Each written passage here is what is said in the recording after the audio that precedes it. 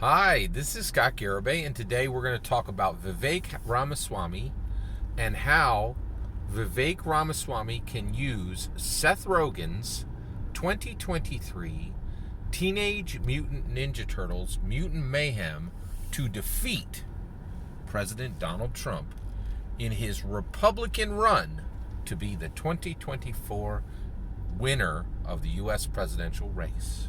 All right.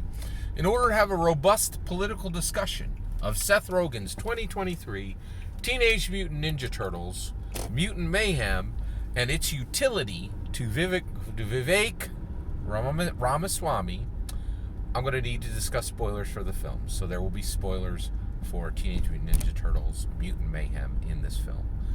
Let's go. All right. So first of all, Vivek Ramaswamy has a distinct problem that Teenage Mutant Ninja Turtles Mutant Mayhem can help him solve, okay? And that is he is going to go through hundreds of interviews before, he's probably going to do 2-3 interviews a day, and we are 15 months out from the election day, right?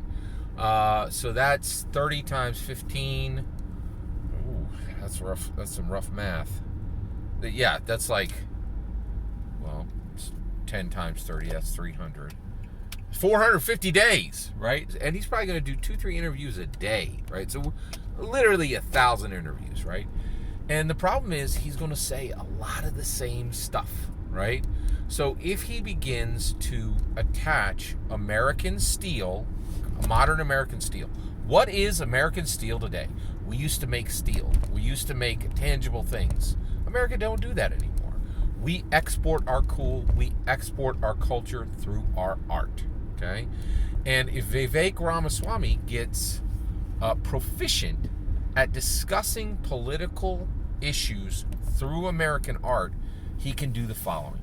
He can make himself, one, fun to listen to, right?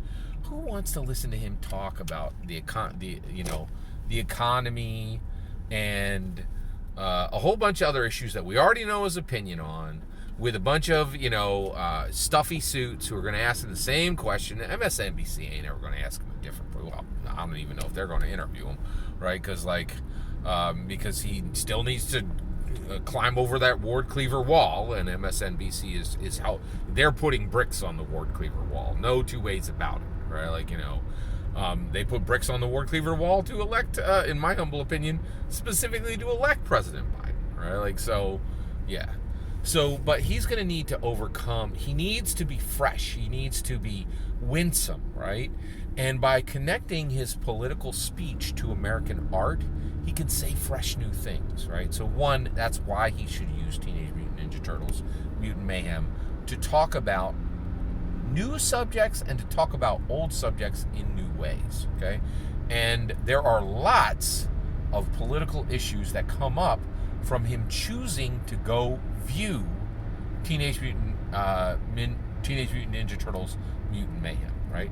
So what are some of those issues? Well, first of all, Seth Rogen is historically, publicly in support of 420, right? So immediately the issue of 420 is going to come up, and he can discuss that specifically from the perspective of Seth Rogen and Seth Rogen's art.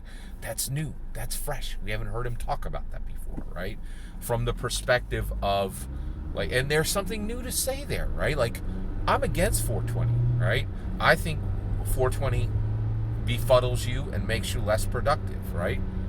Seth Rogen flies in the face of that. That dude's done tons and tons and tons of amazing movies, and he is still productive, even though he claims to be using 420 quite frequently, right? That's a fresh new way to talk about 420. And 420 is a highly political issue that virtually every state in America is going to be dealing with. The other issue that Teenage Mutant Ninja Turtles Mutant Mayhem deals with very specifically, very directly, is crime fighting. Crime fighting is very important, and it's a major issue, right? The other issue is experimentation on animals, right? He can make his opinions on that clear. He may have something fresh and new, because there was, definitely experimentation Baxter Stockman did experimentation on animals in this film, but he improved the animals. He made them better, right? He even made them sentient, right? So that gives him an opportunity to speak on that issue, right? And the issue is he can involve the characters in the film in his discussion and make those fun and engaging. And everyone who cares about Teenage Mutant Ninja Turtles and doesn't care at all about politics, he has a chance at dragging them to that dry, crusty, normal coverage, right? So there are lots and lots and lots of reasons he should definitely be jumping in and using Teenage Mutant Ninja Turtles as for political utility, right? And he can get probably a week of coverage out of it, right? The other thing is, another reason why he should be using Teenage Mutant Ninja Turtles is it's a good movie, right? So if he's going to co-opt Hollywood, how is he going to do it? Well, he's not going to be able to get any. He needs to engage with movies where when the American people see these films, there's a winsome goodwill that is extended to the movie and will be attached to Vivek Ramaswamy when he discusses these political topics that are very organically prompted by the movie Teenage Mutant Ninja Turtles, Mutant Mayhem, right? And he can't do this with every movie, right? Because the reality is, for instance, Meg, The Trench, garbage, absolute garbage film. It's getting tanked, right? Whereas when both critics and when audience members are going to see Teenage Mutant Ninja Turtles Mutant Mayhem, they're walking out saying, this was the bomb, right? Like, this was really, really good, super fun. This is an awesome piece of American art, right? So let's talk about using films for the ability to defeat President Donald Trump. First of all, President Donald Trump cannot talk about the Teenage Mutant Ninja Turtles. He has no possibility of it, right? And the reason why is he's never engaged with them, right? He's almost 80 years old. He was 30, he was like, when did they came out in like the early 80s, right? At that point, he was decades older, right? And so this also highlights this can highlight Vivek Ramaswamy's youth. He actually has a memory of Teenage Mutant Ninja Turtles in a time where they were actually, where they could be, where they could actually be a positive memory for him, where no 80-year-old can talk about, no 80-year-old is going to be able to do this, right? Blue-red, that is Raphael and Leonardo. Orange-purple, right? That is going to be Michelangelo and Donatello. And I can say that to you. I was not a young boy when the television shows came out, right? But Vivek Ramaswamy is 16 years younger than me, right? I was 16 when Vivek Ramaswamy was born. Okay, so Vivek can actually remember when the cartoon shows were on, right? Because he was young, and that was, most young people really enjoyed them then. So there's a very good chance he has an actual good memory of the Turtles, right?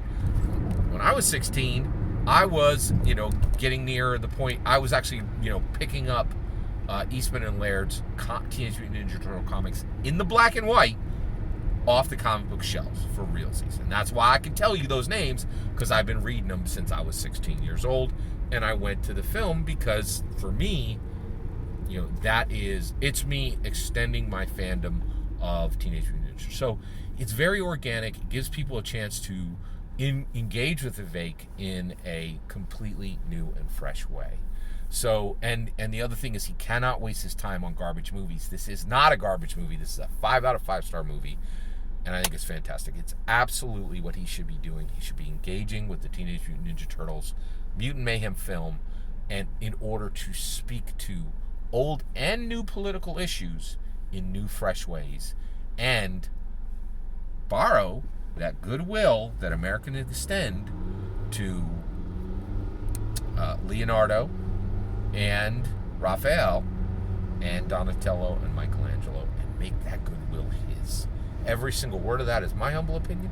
What's important is when I get to hear your humble opinion. When you get in the comments and send your traffic. Please consider liking and subscribing, and have a wonderful millennium.